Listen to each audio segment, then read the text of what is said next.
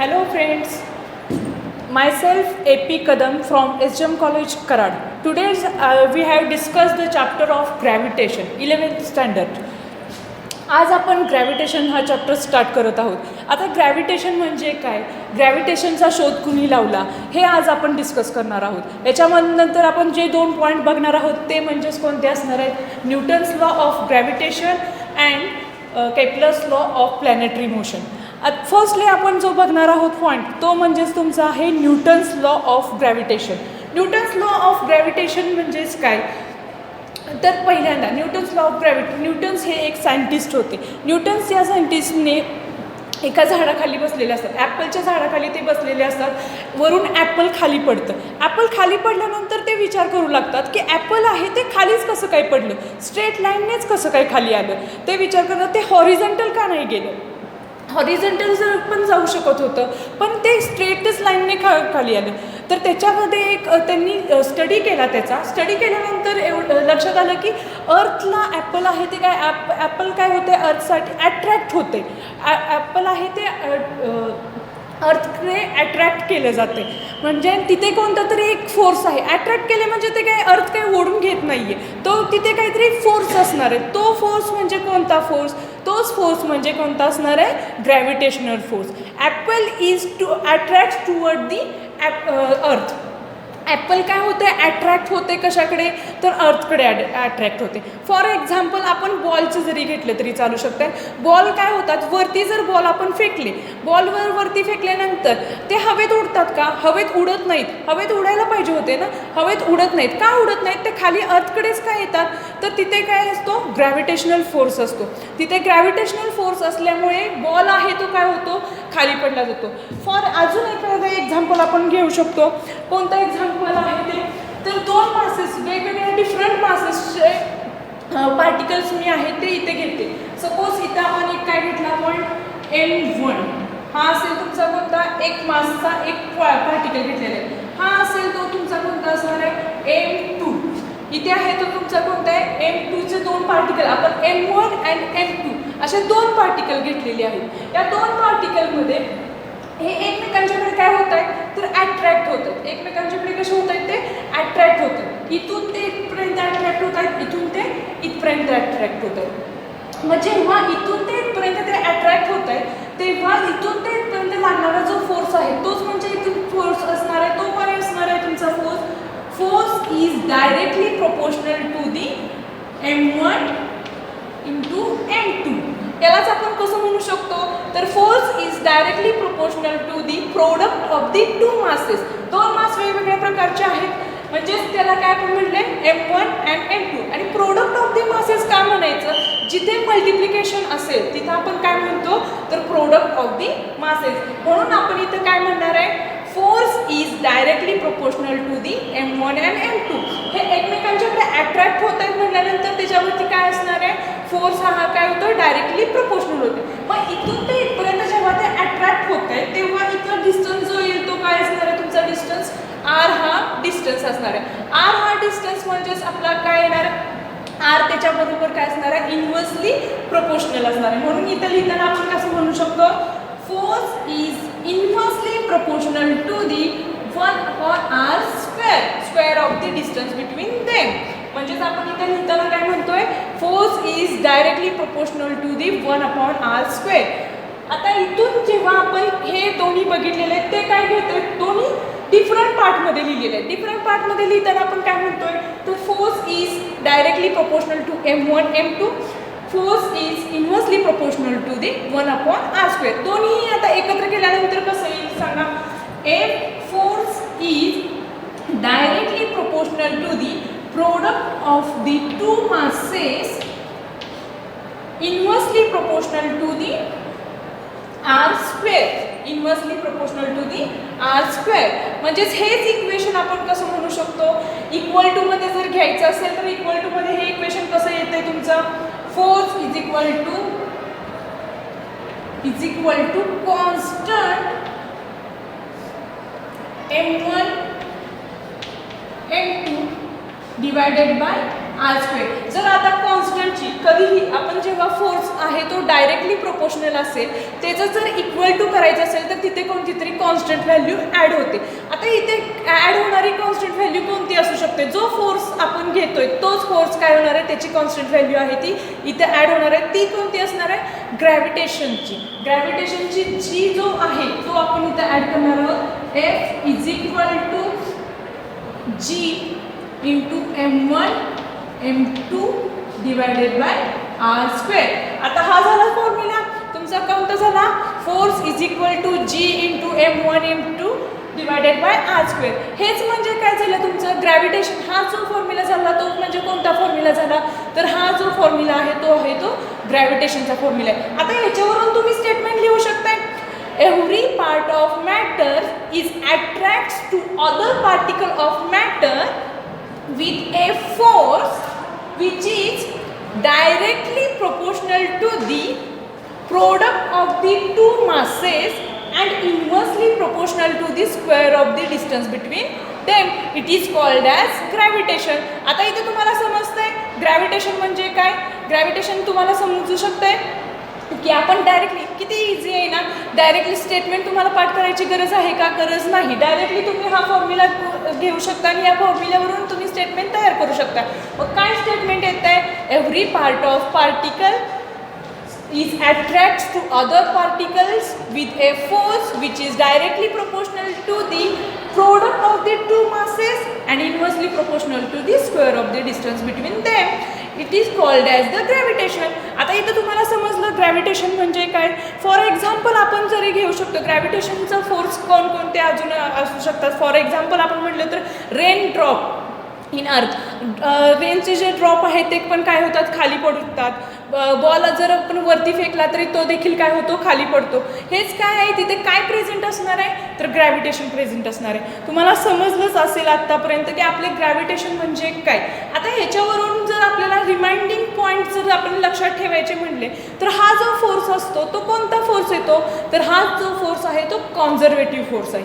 Conservative force का म्हणलेला आहे? तर तो प्लॅनेटमध्ये आहे तो इंडिपेंडेंटली मूव्ह होतो.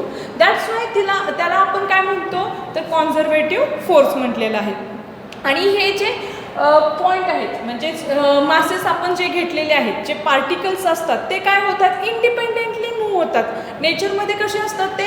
इंडिपेंडेंटली मूव्ह होतात. त्यामुळेच तिथे काय असणार आहे? तिथे काय प्रेझेंट असतात? इंडिपेंडेंटली मूव्ह होतात म्हणजे तिथे काय असणार आहे? ग्रॅव्हिटेशनल फोर्स असणार आहे.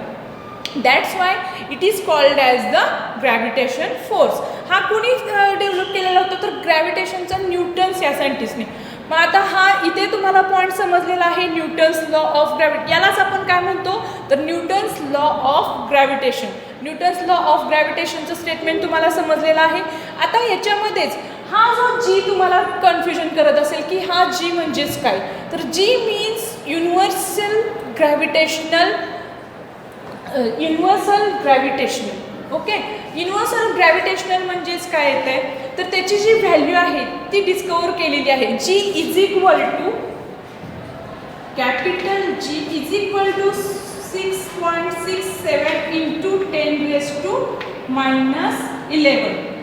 इट इज कॉल्ड कोणते? Universal gravitational value. म्हणजे 6.67 इंटू 10⁻⁻11.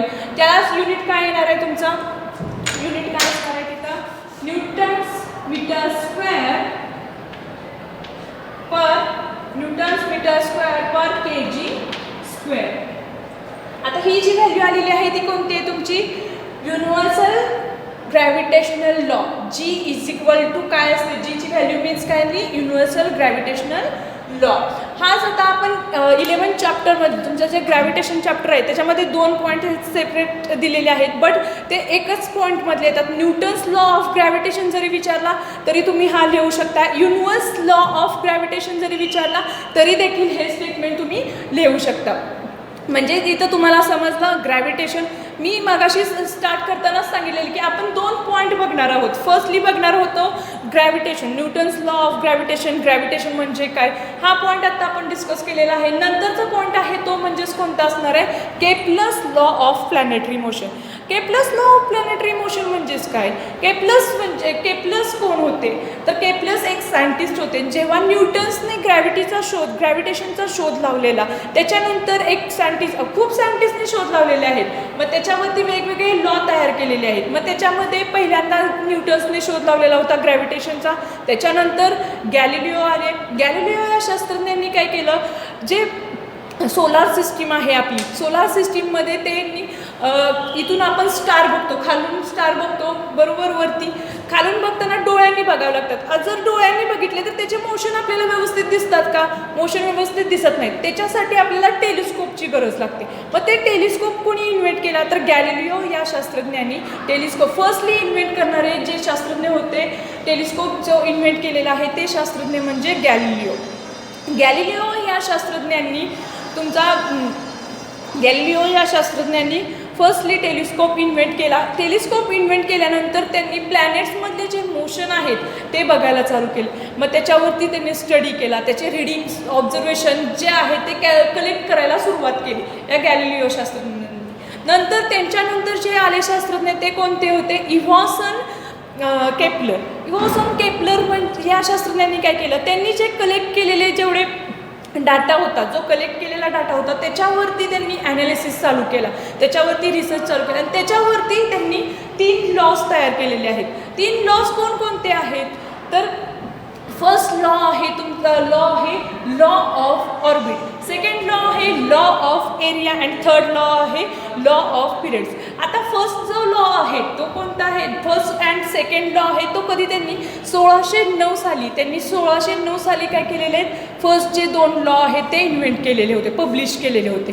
आणि थर्ड लॉ आहे तो 1619 साली त्यांनी पब्लिश केलेला होता. मग आता आपण आज ते 3ही लॉ बघणार आहोत. मग ते लॉ कोणकोणते आहेत, तर फर्स्ट लॉ आहे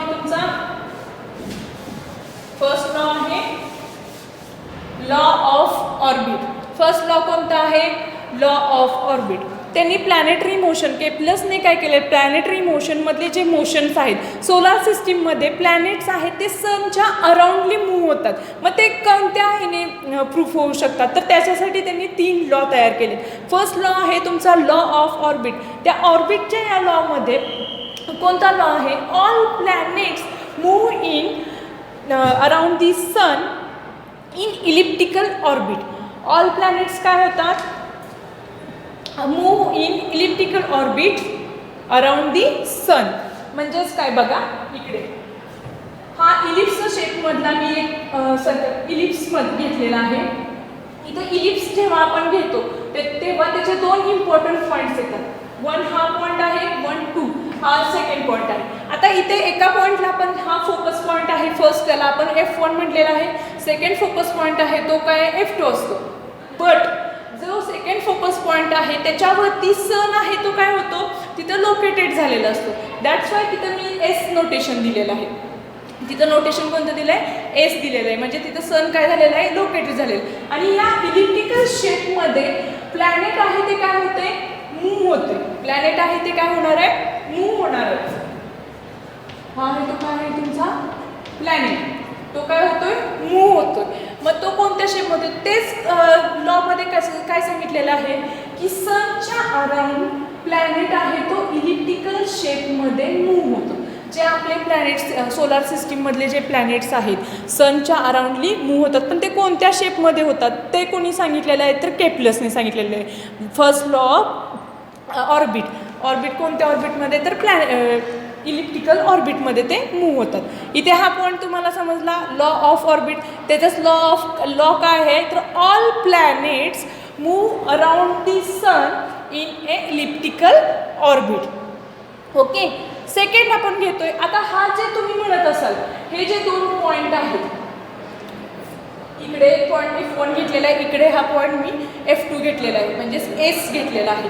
F1 आणि F2 कशामुळे आलेले आहेत, तर जसं सेंटर आपण सर्कल काढतो, आता सपोज इथं जर एखादा सर्कल काढला तर त्याच्यासाठी सेंटर जसं कसा इम्पॉर्टंट असतो तसाच ह्याच्या इलिप्ससाठी हे 2 पॉईंट आहेत ते इम्पॉर्टंट असतात. म्हणून आपण इथं 2 पॉईंट घेतोय. जर एकच सिंग्युलर पॉईंट असतं तर त्याला आपण म्हटलं असतं फोकस. बट आपल्या इथे किती पॉईंट आहेत? 2 पॉईंट आहेत, म्हणून आपण त्याला म्हणतो foci. It is called as foci. मग sun is located in elliptical orbit 1 foci. Okay, sun ही कशावरती लोकेटेड आहे तर 1 फोकायवरती लोकेटेड आहे इन इलिप्टिकल ऑर्बिट. इथे समजलं असेल तुम्हाला first part law of orbit. Second आपण कोणता घेतोय तर law of area. Law of area काय आहे तर ह्याच्यामध्ये सेम इलिप्टिकल आपण पाथ घेतलेला आहे, इलिप्टिकल ऑर्बिट घेतलेला आहे. इलिप्टिकल ऑर्बिटमध्ये इथे सन आहे, सनच्या अराउंडली आपण काय म्हणतो प्लॅनेट आहे तो मूव्ह होतो. मग इथून ते इथपर्यंत एक मी काय केलेली आहे लाईन उडलेली, म्हणजे इथं तुमचा काय आहे तर प्लॅनेट आहे इथून ते इथपर्यंत. मग ही जी लाईन आहे ती म्हणजेच आपण म्हणतोय पोझिशन वेक्टर. पोझिशन वेक्टर इथे आहे, हा मूव्ह होता तो सनच्या अराउंडली मूव्ह होता इथे आहे. एका मंथ नंतर 1 मंथ नंतर तो कुठे पोहोचणार आहे तर या बी पॉईंटवरती. म्हणजे हा कोणता झाला तुमचा जो लागणारा एरिया आहे तो कोणता झाला तर ASB. हा जो एरिया आहे तो कोणता आहे ASB. याच्यानंतर थोड्या दिवसानंतर थोड्या वेळानंतर तो पॉईंट कुठे येणार आहे प्लॅनेट मूव्ह होता होता इकडे येणार आहे. मूव्ह होता इकडे आल्यानंतर इथून ते इथपर्यंत 1 मंथचा टाइम लागणार आहे. इथून ते इथपर्यंत यायला त्याला किती लागणार आहे 1 मंथचा टाइम लागणार आहे. मग 1 मंथचा टाइम लागताना तिथे किती येते ते बघायचं. CSD जो एरिया लागलेला आहे तो काय असणार आहे स्वीप होण्यासाठी CSDचा एरिया लागलेला आहे. तर केप्लरने काय सांगितलेलं आहे तर जेव्हा हा जो ASB जो एरिया लागलेला आहे equal time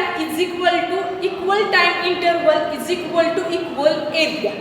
equal time interval is equal to काय असणार आहे इक्वल एरिया.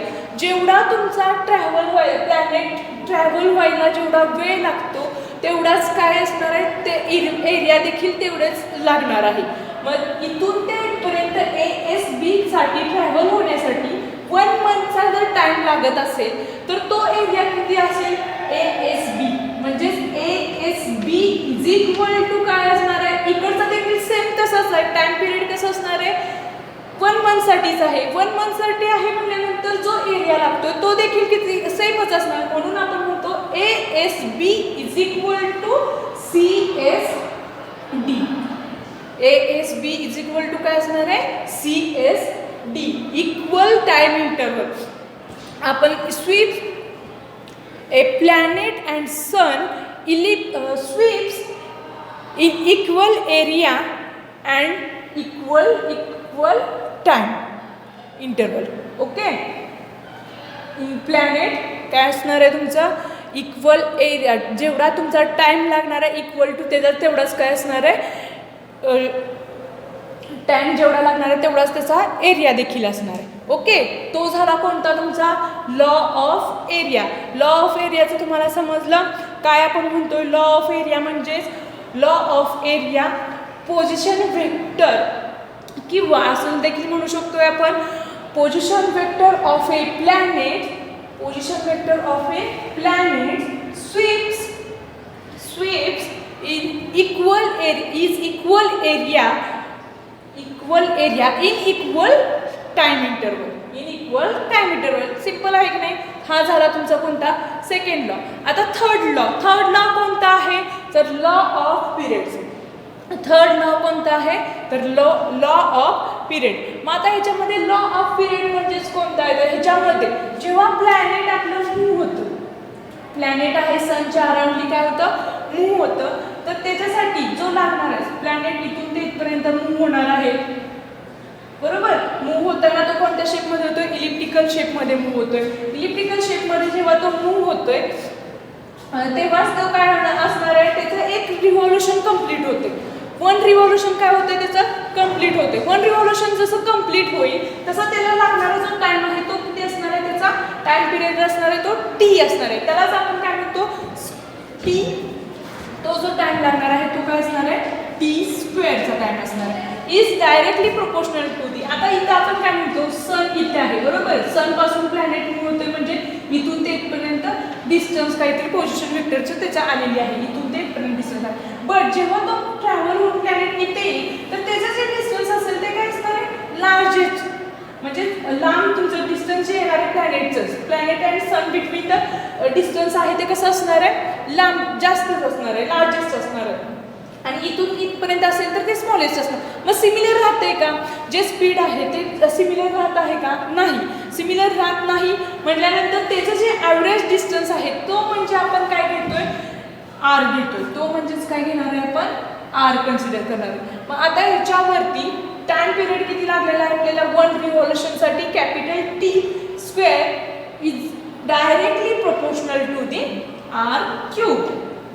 Okay, cube. आता आर म्हणजेच कुठून ते कुठपर्यंत, आर क्यूब म्हणजेच आपण काय म्हणतोय, जो ॲव्हरेज डिस्टन्स घेतलेला आहे तो म्हणजे तुमचा काय असणार आहे, आर क्यूब आहे. आता हे काय आहे, T square is directly proportional to the R cube आहे.